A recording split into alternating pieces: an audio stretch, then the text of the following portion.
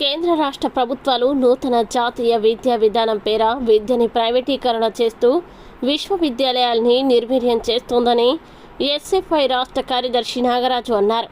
Telangana విద్యాలయంలో SFI ఆధ్వర్యంలో 2 రోజుల పాటు తెలంగాణ అన్ని విశ్వవిద్యాలయాల విద్యార్థులతో కన్వెన్షన్ నిర్వహించగా మొదటి రోజు తెలంగాణ విశ్వవిద్యాలయం సైన్స్ ఆడిటోరియంలో ఎస్ఎఫ్ఐ జెండా ఆవిష్కరణ చేశారు. అనంతరం కామ్రేడ్ షహీద్ భగత్ సింగ్కి నివాళులర్పించారు. 2 రోజుల కన్వెన్షన్లో భాగంగా వివిధ యూనివర్సిటీల నుండి వచ్చిన ప్రొఫెసర్లు, విద్యార్థులు విద్యా వ్యవస్థ గురించి మాట్లాడారు. ఉస్మానియా విశ్వవిద్యాలయం ఎస్ఎఫ్ఐ తెలంగాణ రాష్ట్ర కార్యదర్శి నాగరాజు మాట్లాడుతూ, ఈరోజు కేంద్ర రాష్ట్ర ప్రభుత్వాలు ఉన్నత విద్యని ప్రైవేటీకరణ చేసి విశ్వవిద్యాలయాల్ని మూసివేసే యత్నంలో ఉందన్నారు. కేంద్ర రాష్ట్ర ప్రభుత్వాలు సామాన్యులకి విద్య, వైద్యం అందించాలని అన్నారు.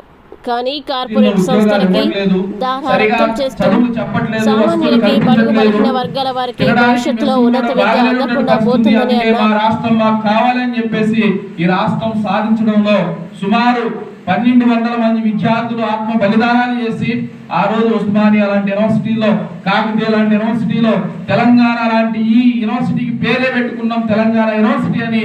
ఇలాంటి యూనివర్సిటీలో ఆ రోజు తెలంగాణ పతాకాన్ని, తెలంగాణ రాష్ట్ర ఆకాంక్షని విద్యార్థులు యూనివర్సిటీల కేంద్రాలుగా ఆ రోజు నినదించారు. తెలంగాణ రాష్ట్రం వచ్చిన తర్వాత గత 10 ఏళ్ల కాలంలో ఒక్క నోటిఫికేషన్ లేదన్న పరిస్థితి మనం చూసాం. ఏ నోటిఫికేషన్ లేదు.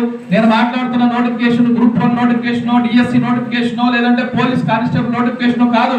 2013 తర్వాత ఈ తెలంగాణ రాష్ట్రంలో భర్తీ చేసినటువంటి అసిస్టెంట్ ప్రొఫెసర్ పోస్టులు కానీ, ప్రొఫెసర్ పోస్టులు కానీ, అసోసియేట్ ప్రొఫెసర్ పోస్టులు కానీ, లేదంటే బోధనేతర సిబ్బందికి సంబంధించిన పోస్టులు కానీ ఒక్క పోస్టు ఈ రాష్ట్రంలో 2013 తర్వాత ఒక్క పోస్టు ఈ రాష్ట్ర ప్రభుత్వం ఎక్కడ భర్తీ చేయలేదు.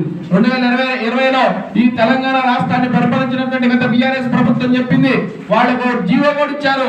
ఈ రాష్ట్ర ప్రభుత్వానికి తెలియకుండా ఒక్క పోస్టు యూనివర్సిటీలో ఎక్కడ కూడా మీరు భర్తీ చేయడానికి వీల్లేదని చెప్పేసి ఆనాడు ఉద్యోగాలు కల్పించడం కోసం మొత్తం లెక్కలు తీస్తే 2020లో 8000 పోస్టులు తెలంగాణ రాష్ట్ర విశ్వవిద్యాలయాల్లో ఖాళీగా ఉన్నాయి, అవసరం అవుతాయి. ఆ 8000 పోస్టుల్ని భర్తీ చేయాలి. మొదటి దశలో మేము 1081 పోస్టులకు ఇస్తామని చెప్పేసి నోటిఫికేషన్ ఇచ్చి వాటిని వెనక్కి తీసుకున్న పరిస్థితి మనం చూసాం. మరి ఈరోజు తెలంగాణ రాష్ట్రం ఉన్నటువంటి పేద యూనివర్సిటీల్లో పేద విద్యార్థుల కోసం వాళ్ళ కింద నుంచి చదువుకొని వచ్చి డ్రాప్ అవుట్స్ అవుతున్నా సరే ఉన్నత విద్యలోకి మేము పోవాలని చెప్పేసి పీజీలు, పిహెచ్డీలు చేయాలని చెప్పేసి ఒక ఆకాంక్షతో పేద కుటుంబాల నుంచి ఇంటి దగ్గర రెక్కాడితే డొక్కాడినటువంటి పరిస్థితుల్లో ఉన్నటువంటి కుటుంబాల నుంచి ఈరోజు ఉన్నత విద్యా సంస్థలకు వచ్చి చదువుకోవడానికి వస్తూ ఉంటే అక్కడ పాఠాలు చెప్పే లెక్చరర్లు ఉండరు, అధ్యాపకులు ఉండరు, ప్రొఫెసర్లు ఉండరు, లేదంటే పిహెచ్డీలు చేస్తూ ఉంటే వాళ్ళకి గైడ్ చేయడానికి, సూపర్వైజ్ చేయడానికి ఒక ప్రొఫెసర్ ఉన్నటువంటి పరిస్థితి ఈరోజు తెలంగాణ రాష్ట్రంలో ఉన్నాం. ఇక్కడ తెలుగు యూనివర్సిటీ విద్యార్థులు వచ్చారు. తెలుగు యూనివర్సిటీలో ఈ దేశంలోనే మొట్టమొదటి భాష పరంగా ఏర్పడినటువంటి యూనివర్సిటీ తెలుగు విశ్వవిద్యాలయం. తెలుగు విశ్వవిద్యాలయం పేరులోనే ఉంది తెలుగు, కానీ తెలుగుకి అక్కడ ప్రొఫెసర్ లేనటువంటి పరిస్థితి ఇప్పటికీ ఉంది. మరి తెలుగు ప్రొఫెసర్ లేకపోతే ఆ తెలుగు చదువుతున్నటువంటి విద్యార్థులకి పిహెచ్డీకి ఎవరు గైడ్ చేయాలి? మొత్తం కాంటాక్ట్ లెక్చరర్ ఈరోజు రాష్ట్ర యూనివర్సిటీలో ఉన్నారు. కాంటాక్ట్ లెక్చరర్లు కనుక మమ్మల్ని ఉద్యోగాలు పర్మనెంట్ చేయండనో, లేదంటే మాకు జీతాలు ఇవ్వట్లేదనో వాళ్ళు సమ్మెలో పోతే ఈరోజు రాష్ట్రంలో ఉన్నటువంటి మొత్తం యూనివర్సిటీలు మూతపడే పరిస్థితి తెలంగాణ రాష్ట్రంలో దాపురించింది. కేంద్రాలుగా అక్కడ ఉండి చదువుకొని ఉన్నతమైన శిఖరాలను అవరోధించాలని, ఉన్నతమైన స్థానాలకు ఎదగాలని కోరుకున్నటువంటి ఈ రాష్ట్ర విద్యార్థుల్ని తీవ్రమైన అన్యాయం చేస్తున్న పరిస్థితిని ఈ రాష్ట్రం ప్రభుత్వం చేస్తున్నటువంటి పరిస్థితి మనం చూస్తూ ఉన్నాం.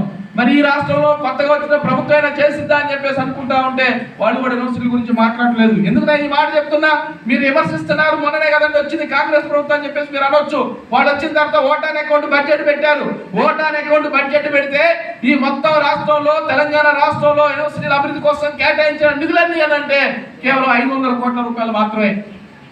500 కోట్లు దేనికి కేటాయించారు? విద్యార్థుల మెస్సులు బాగు చేయడానికి కేటాయించలేదు, లేదంటే హాస్టల్ నిర్మించడానికి కేటాయించలేదు, లేదంటే ఇంకో దగ్గర ఎక్కడైనా లైబ్రరీలు సరిగా లేవు, మేము మోడర్న్ లైబ్రరీ చేస్తాం, కొత్త పాఠ్య పుస్తకాలు అందుబాటులో తెస్తామని చెప్పేసి కేటాయించలేదు.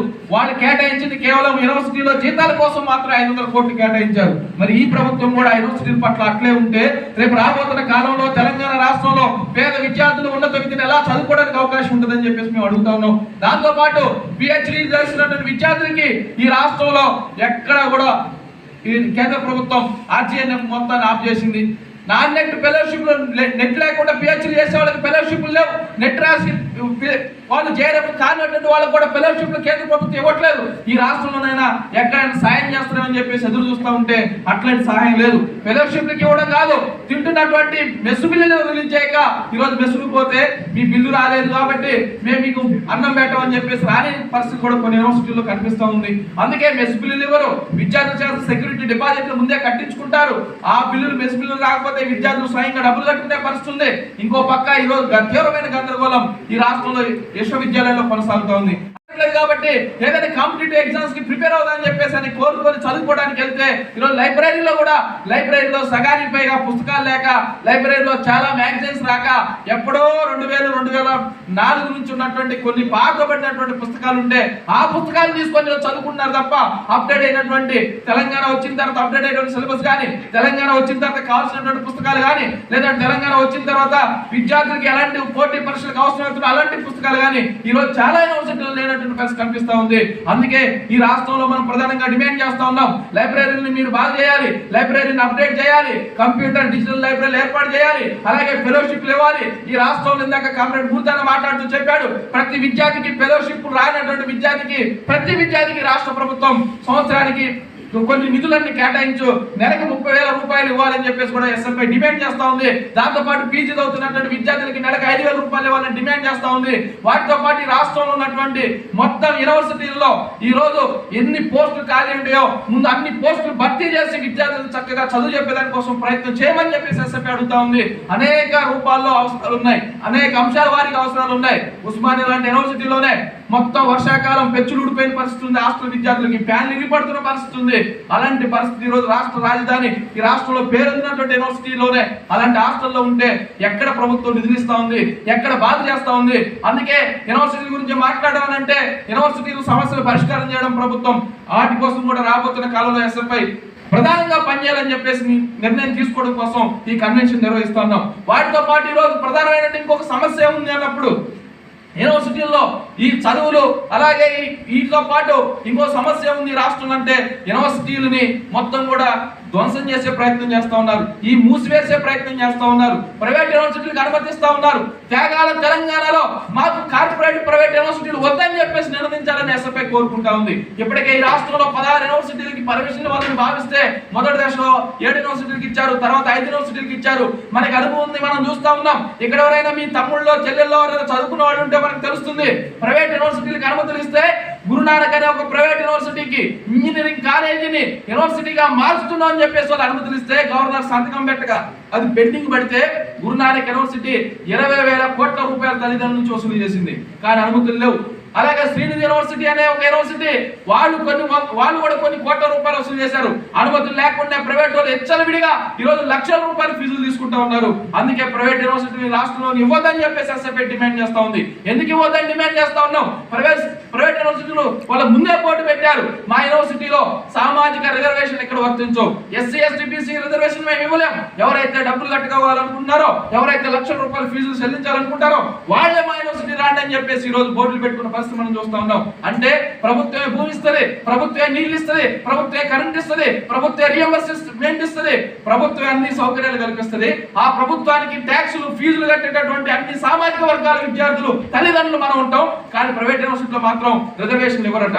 అందుకే ఇప్పటికైనా మీరు ఇచ్చిన యూనివర్సిటీలో రిజర్వేషన్ అమలు చేస్తూనే మిగతా ప్రైవేట్ యూనివర్సిటీని ఇవ్వద్దు అని చెప్పేసి మనం కోరుకుంటున్నాం. వాటితో లక్షల రూపాయలు 1,000 రూపాయలు ఫీజులు పెంచుతా ఉన్నారు. ఒక్కొక్క కోర్స్ కి అడ్మిషన్ ఫీజు పేరుతో పెంచుతా ఉన్నారు. ఫెలోషిప్లు సెల్ఫ్ ఫైనాన్స్ కోర్సులు తీసుకొస్తా ఉన్నారు. రెగ్యులర్ కోర్సులు అన్నింటినీ యూనివర్సిటీ నడవట్లేదు కాబట్టి, యూనివర్సిటీలో ఉన్నటువంటి వాళ్ళకి ఉద్యోగాలకు జీతాలు ఇవ్వాలి కాబట్టి, యూనివర్సిటీని బాగు చేయాలి కాబట్టి రెగ్యులర్ కోర్సులు అన్నింటినీ సెల్ఫ్ ఫైనాన్స్ కోర్సులు చేసి అది విద్యార్థుల మీద భారం వేసి 20,000 30,000 నుంచి కొన్ని వందల కోర్సులని 100 మంది విద్యార్థుల నుంచి లక్షల రూపాయలు వసూలు చేస్తున్న పరిస్థితి రోజు ప్రభుత్వ యూనివర్సిటీలో కూడా ఉంది. అందుకే సెల్ఫ్ ఫైనాన్స్ కోర్సులు అన్నింటినీ రెగ్యులర్ కోర్సులు చేయాలని చెప్పేసి ఎస్ఎఫ్ఐ ఈ కన్వెన్షన్ ద్వారా ఈ రాష్ట్ర ప్రభుత్వాన్ని డిమాండ్ చేయాలనుకుంటుంది. అందుకనే భవిష్యత్తులో అనేక అంశాల వారి స్థాయిగా ఈ రాష్ట్రంలో ఉన్నటువంటి యూనివర్సిటీ సమస్యలని ఎస్ఎఫ్ఐ పోరాటం చేసి ఈ రాష్ట్రంలో యూనివర్సిటీ విద్యార్థుల సమస్యలు పరిష్కారం చేయాలని చెప్పేసి కోరడం కోసం ఈ కన్వెన్షన్ 2 రోజుల పాటు నిర్వహిస్తా ఉన్నాం. కాబట్టి ఈ కన్వెన్షన్ లో విద్యార్థులందరూ కూడా ఎస్ఎఫ్ఐ రేపు తీసుకునే యూనివర్సిటీలో తీసుకునే పోరాటానికి మీ మద్దతు ఇవ్వాలని చెప్పేసి రేపు అన్ని యూనివర్సిటీలో స్థితిగతుల మీద ఇక్కడ చర్చిస్తున్నాం. కాబట్టి తెలంగాణ రాష్ట్ర యూనివర్సిటీల భవిష్యత్తుని పోరాట వేదికను రూపొందించే ఈ కన్వెన్షన్ ద్వారా భవిష్యత్తులో ఎస్ఎఫ్ఐ చేసే పోరాటాలకు మీ అందరూ మద్దతు ఇవ్వాలని చెప్పేసి కోరుకుంటూ నాకు ఈ మాట్లాడడానికి అవకాశం